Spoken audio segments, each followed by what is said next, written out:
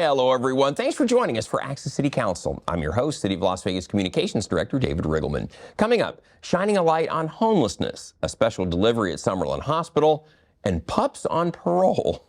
There's been a lot going on in Ward 2. Here to discuss it all and much more is Councilwoman Victoria Seaman. Of course, she represents Ward 2. Welcome to the program.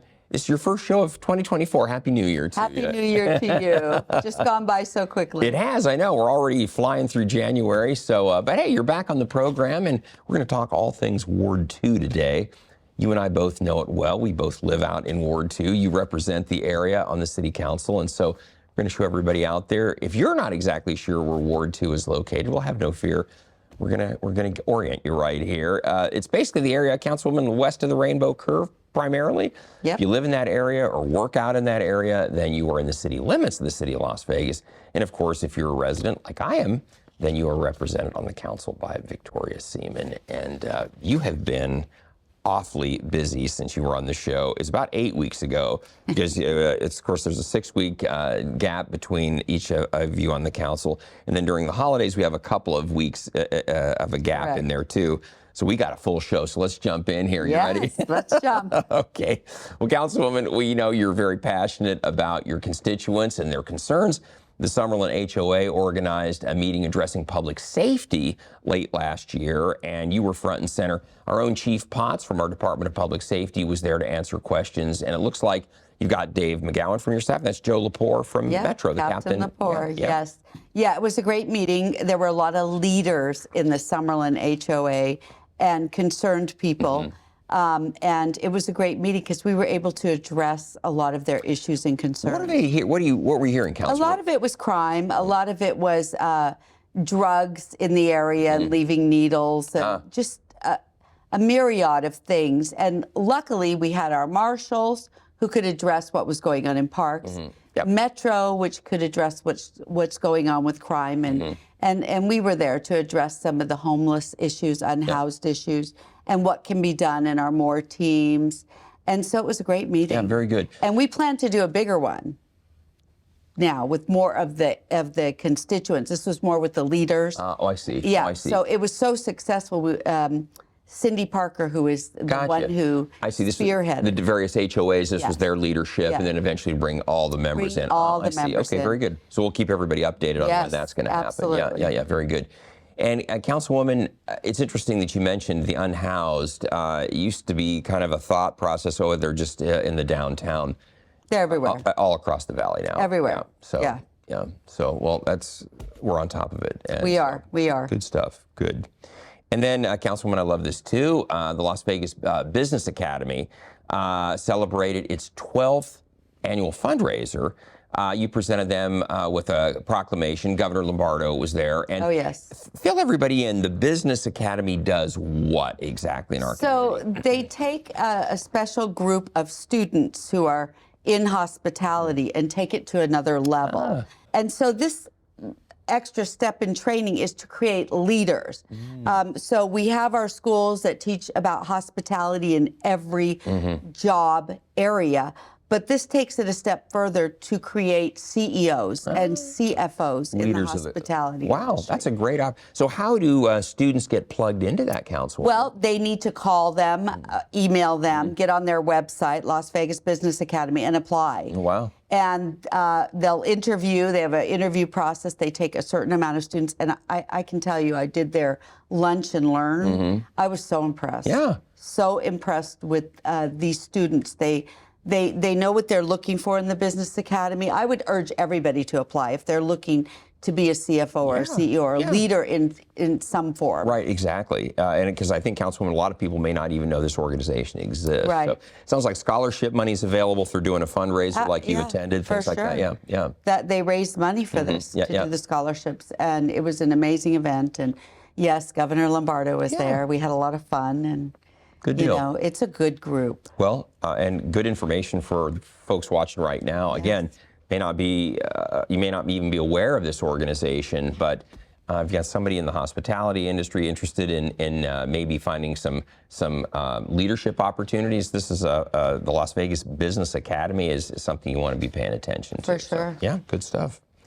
And then, Councilwoman, kind of in the same vein, the Shine a Light Foundation recently held its Night Beneath the Neon Gala, and the foundation is dedicated to finding and supporting those who are unhoused in our community. And you honored the group with a proclamation for transforming lives through its work. They actually go into the tunnels and help people get into recovery and get off the street. And, they do an amazing job. And what I love about Crossroads and Shine a Light is most of the people that work there and that are serving have been in that situation where so they were in addiction, and a lot of them were unhoused. Gotcha. And so they understand the issues. And so I think it's a great group, and I was thrilled to honor them from the mayor and the city council. I was thrilled to give them that proclamation. Most of us obviously aren't going to have any familiarity with this, but those basically those tunnels, those diversionary channels for flash flood waters are very vast and extend into darkness a long, long way. So to go in there and try to help those who are living in there, it can be dangerous. yeah, and very dangerous. challenging because you don't know exactly what you're going to find. Exactly. So the fact that they do it and that they're so passionate about helping those that have found themselves in that situation, it's a big deal. So. It is. Good deal, Councilwoman, and kudos to you for honoring them and drawing some attention to what they do. And of course, Councilwoman, I love this too. The holiday season may be over, but you weren't taking it slow. Let's talk more about that most wonderful time of the year. The Summerlin Area Command held its Safe Village Christmas party at the local apartment complex, a local apartment complex there, and. This was a pretty cool event. Looks like that looks like somebody that you know right there. That dog. Yeah, that is Louie. That is my dog. And when Metro invited me to be a part of it, because it's in my ward, first of all, I'm very impressed at what Metro's doing. They're going out into the neighborhoods and really engaging and trying to make sure that families know that they're there to help them. Rather than just come and throw them in jail, right? And especially in these areas where there is a lot of crime and the children are a little underserved. And so bringing gifts to them and happiness during this time, I was so happy to be a part of it. And I thought that Louie would bring some joy. Well, Louie became the star of the show. Yeah, everybody wanted to take Louie home. Everybody wanted to take Louie home. Is he a Christmas present? Can we have him? And you're like, no, he's my puppy. He's great. So he had a great time with everyone. And Councilwoman, I like this. It's a lot of non-traditional partnerships that Metro's working. You've got the Southern Nevada Regional Housing Authority, faith leaders, nonprofit organizations, activists, and other community stakeholders all coming together. For the that networking. Metro has always done a very good job of getting connected with the community. So I think to your point, where they try to prevent issues from happening beforehand versus then going out and having to try to arrest their way out of the problem. And you want these people to feel like they can trust you to talk about crime. Because a lot of times people don't want to talk about it. They close their doors. And so it really does help with public safety if they can build those relationships. They've done a great job with that. And again, by these little Christmas parties, these gatherings, the police and the community have a relationship. You see the police officers as human beings, not the cops. And the police officers get to know the community and put names with faces of the people who live there too. So it's very good. We have a very compassionate, empathetic police force. They are amazing. We're fortunate here in Southern Nevada. We really are. And some of the statistics here, their efforts resulted in a decrease of every type of crime by 40%, 40% drop in overall violent crime, too. This is not the first Safe Village. They do this all around the Southern Nevada and with amazing statistics results, of outcomes that are good, which is what we need. Well, there's the proof in the pudding right there. Right there. That's terrific. So kudos there. And then also, Councilwoman, I understand that the Metro, because of this, got a special recognition, the prestigious Weber Seavey Award. It's the highest honor for excellence in community policing, and that's what we're talking about here, where you're forming those relationships with the community before a crime is committed versus afterwards. Right. And I think we are recognized all over the nation, and there are cities that are wanting to replicate what our police force does. And they should, because I think then you would have less crime and more community engagement. Yeah, I think so too, Councilman. I think also to other communities, when issues have arisen, when there's the tension between the police and the community, something ignites it, and then there's a powder keg of issues. Here in Las Vegas, we don't see it. We don't see that, fortunately, because of the efforts of the police. Because of that, you're absolutely right. It's because of the effort that Metro has put out there. Yeah. Well, congratulations to Sheriff McMahill, the entire staff over at LVMPD, Las Vegas Metropolitan Police Department, for winning the Weber CV Award. I'd not been familiar with it, but it's the highest honor for excellence in community policing. That's a big deal. So congrats. Yeah, we'll take it. We love it. And then in keeping along with the theme, Councilwoman, Ward 2 saw the return of another tradition, an event during the holiday season. It's your annual Ward 2 Holiday Mingle. Oh, yes. We do it every year. So was it as big and cool as last year? Yeah, it always is. It's big. It's cool. We move it around to different restaurants or different places, and we get different group every year. We get some of the same repeats, but it's nice to get new people who come to meet the councilwoman or just to talk about issues. And get to see people kind of in that very informal setting versus coming to City Hall to see. And they all get my annual ornament. That's right. That's right. That's a very coveted and prized thing. So, well, very good. And you've been doing those for a few years now, I think. Since I was elected, 2019. So there you go. It's definitely a tradition now. So the Holiday Mingle, don't miss it if you're a Ward 2 resident and you have an opportunity to go. We'll have it next year. It's fun. So, and then, Councilwoman, let's stay in the holiday spirit and giving back. You took part in a special delivery at Summerlin Hospital. No babies, but teddy bears instead. Teddy bears. We gave away teddy bears. And this is something we've done every year, except COVID. We weren't able to do it. But we try to do it every year. And we give out teddy bears to children and, you know, visit with the parents. I actually gave out ornaments to the parents, just so they would feel like, you know, it's Christmas and their children are in the hospital. Stuck in the hospital, tough. And I didn't realize that Nick Lewis, one of my special assistants, is the child whisperer. He was able to walk into a room of a screaming toddler and just talk to him. It's Nick. I couldn't believe it. I'm like, I discovered he was so great with children. But we get the biggest smiles from the children and the parents when we bring in those teddy bears. And the marshals, they're so gracious. We had, 4 marshals with us, and they were giving out stickers, and they love doing this every year. It's a big deal. I've been fortunate enough never to have a child in the hospital at Christmas, but I've had a child in the hospital at Thanksgiving. It's a really lonely feeling when the holiday is going on, and then you and your child especially are there in the hospital. And it's lonely anyway, and then you put having it at a holiday as well. Exactly. But, so kudos to you and the marshals for getting out and doing that. Had to brighten. You brighten the child, it's going to brighten the parents, because the parents are going to be happy if their children are happy. So, well, good. And the staff love it. They love when we're there. They go with us, and they're really. We were at Summerlin Hospital, and they were really accommodating for us to be there, and I think they enjoy walking around with us and bringing joy. Exactly. I do. Exactly. So how many teddy bears are we talking about here? However many children there are at the time. Yeah. And we also go down to the emergency ward. Good. And go through the children's emergency ward and give out bears. So I don't know if we give out 40 or 50. Wow. But we do it every year. And good.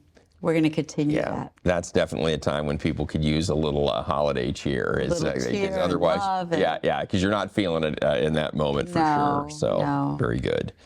And then, Councilwoman, you stay on the move, no question about that. You presented a well-deserved proclamation from the City of Las Vegas to Monday's Dark organization. It's during their gala.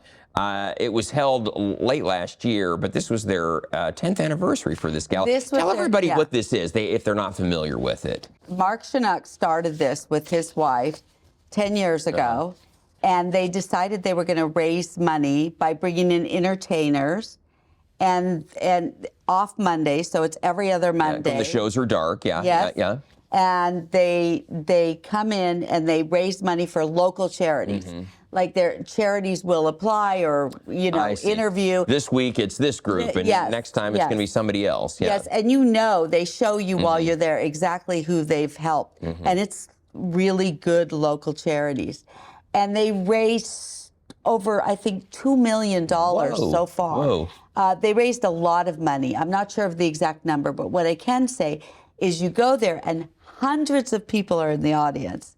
And This is the Palms, right? This Yes. takes place at the Palms, yes. And this was their 10th anniversary, but I'm hearing that at their regular auctions, you get the same amount of Wow. people. And they auction things off. You can just give money. They put your name on the screen. It's just Cool. exciting. And you're seeing Las Vegas entertainers that are on their night off. Amazing are giving entertainers. back. Yeah, yes, yes.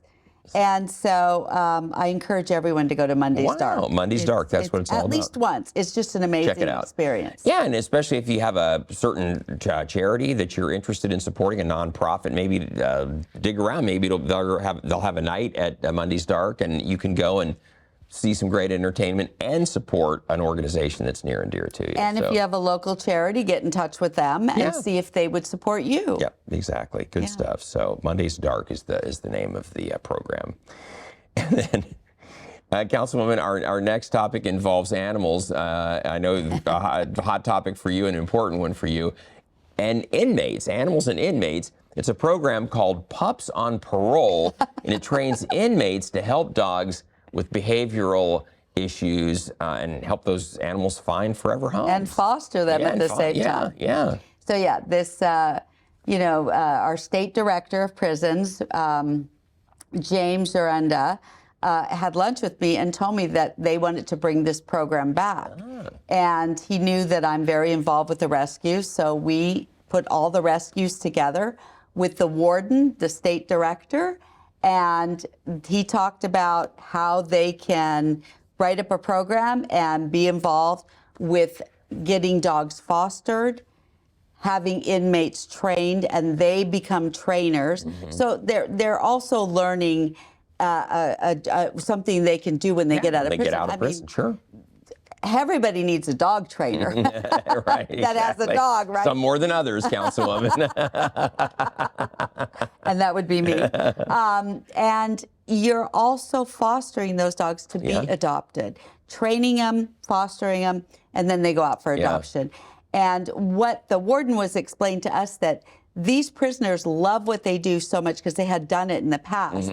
That they stay on good behavior because they don't want to lose those privileges. Lose their dog, yeah. Because they're fostering and training and get a little bit attached. You know, and we talked about this before we went on the air, but a similar program, inmates train wild horses that are then sold.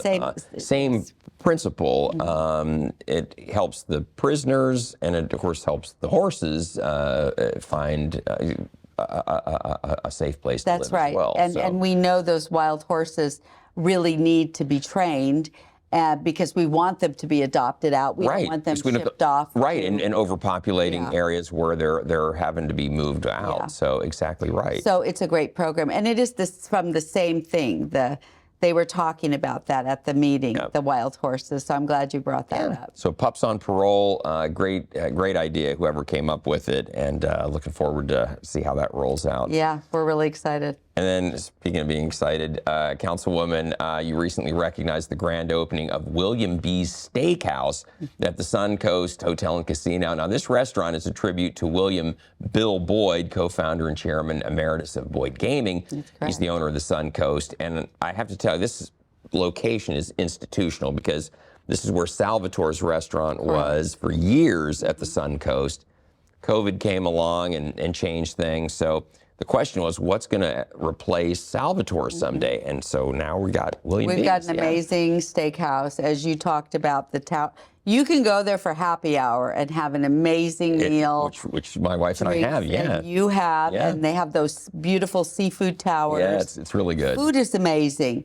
And I have to say, they're really revamping the Suncoast. Yeah, For yeah. people who have not gone over there, they have the Asian restaurant that we did the opening for. Right. That is absolutely exquisite. They have this new William B's. They're working on the decor.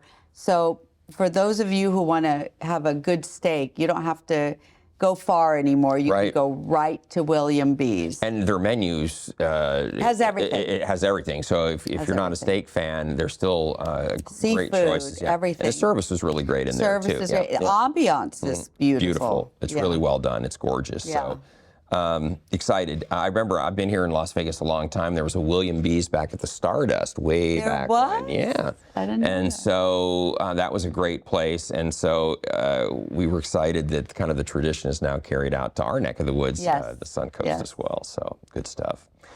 Councilwoman, a very important issue that you've been working on. You devoted a lot of time and energy to fight human trafficking. You co-hosted a town hall meeting with Councilwoman Nancy Bruni recently, educating parents about the risk to their children. And this is a big deal. You've had huge turnouts. This is the third one, I think, that you've done. This is the third one, and it was really successful. We had a full house.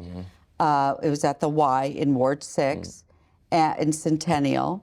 And it was so successful, and so, you know, the people were really engaged in asking questions about to the detectives about human trafficking. It's really to educate the public on how these traffickers are grooming our children, and making sure that we don't allow these traffickers to have our children for sale. I mean, they have found children as young as 9 being trafficked. So here in Las Vegas. So doing this, I think, is so important because I don't think people knew that we were probably number 2 in the nation in cities of human trafficking. And so Councilwoman Bruni has committed to continuing this with me because it is really bringing awareness to the public. Councilwoman, I think one of the big aspects of this is that Metro sends detectives, and the detectives help educate the audience on how this grooming process works. And it's not, you think it's going to be very blatant and obvious, and it's not. That's the thing that's so scary about it all. It's like through social media, it's through a variety of ways that they kind of lure these young folks in. It's mostly by internet, whether it's social media, chat rooms. That's how they're getting to our children. And they will explain that to parents, to grandparents, to guardians, who very important. And there's a movie that's shown. It's about a 20-minute movie. It's called Groomed. And it talks about signs that you can watch for. But, you know, I have to say I'm so grateful that Metro participates because, you know, hearing it straight from them really resonates. Sure. Because these are the folks that are having to deal with it. They're on the front line of it. Yeah. So it's a big deal here in Southern Nevada, and we need to get off that list of the top cities. That's a list we don't want to be on. That's our goal. For sure. Councilwoman, without getting into a lot of detail, what are some of the couple things, maybe the top thing that parents should be paying attention to if they have a youngster who might be a target of somebody trying to groom them? One of the things is the way they dress, changing their hours and things that they do, people that they're around, their attitude changes, spending money that they shouldn't have. There are quite a few things and there are more things that they'll learn from Metro. And in the movie, it's pretty explicit on things that happen to children. You know, how they might get a boyfriend and then there's troubles, but the boyfriend sometimes is a trafficker who's pretending to be or a girlfriend, because this is not it's boys and girls. Exactly. Specific. It's boys and girls. They're being groomed. So, well, it's good stuff as far as educationally. not good stuff that is happening in our community. No. Councilwoman, if somebody feels like their child might be the target of human trafficking, call Metro? Call Metro. Okay. Call Metro. Yeah, I think it's really important that, you know, even if they're just thinking it might be happening, they need to really reach out to Metro. Not just hope that things work out, for sure. Yeah. So, alrighty, Councilwoman, a very important topic, and this is also great too. This next event is all the buzz. Did you see what I did there? It's the Breakfast Buzz. This is an opportunity for the residents of Ward 2 to sit down and chat with you and Summerlin Area Lieutenant Matt Arnold, City Marshal Paul Hartz. We're at this one, and there you are. Hufflepuff. And Hufflepuff, the pup. And again, it's a very informal way to get to meet you, Yes. police that patrol the area, and again, create those relationships. Plus, it's just, it's fun, you know? Yeah, and I'm really grateful that Metro always sends someone. The captain was coming quite a bit, but now he's got other obligations. Yeah. But they'll send a lieutenant. We've got our marshals, and they answer those questions. And they're sometimes tough questions, but, you know, they're there to help and to reach. Like you said, you know, they have such a great relationship with the community. And so they're there to serve, to see what's needed. What is your question? I really love the fact that we do that every month. Yep. Well, speaking of which, Councilwoman, you got another one coming up on February 10th. Exactly, 9 to 10. These are out at Veterans Memorial Community Center, which is on Pavilion Center. It got moved out there because the crowds have become so large at these. They were literally taking over the various restaurants. So Councilwoman and her team moved it out to Veterans Memorial. A breakfast is included, but we need you to RSVP. Yeah. It's included, but we want to make sure we have enough for everyone. Yeah, exactly. So let us know you're coming. Yeah. And so the next one, again, Councilwoman, February 10th, 9 to 10 out at Veterans. You know, you'll be there. The Metro representatives, our marshals will be there.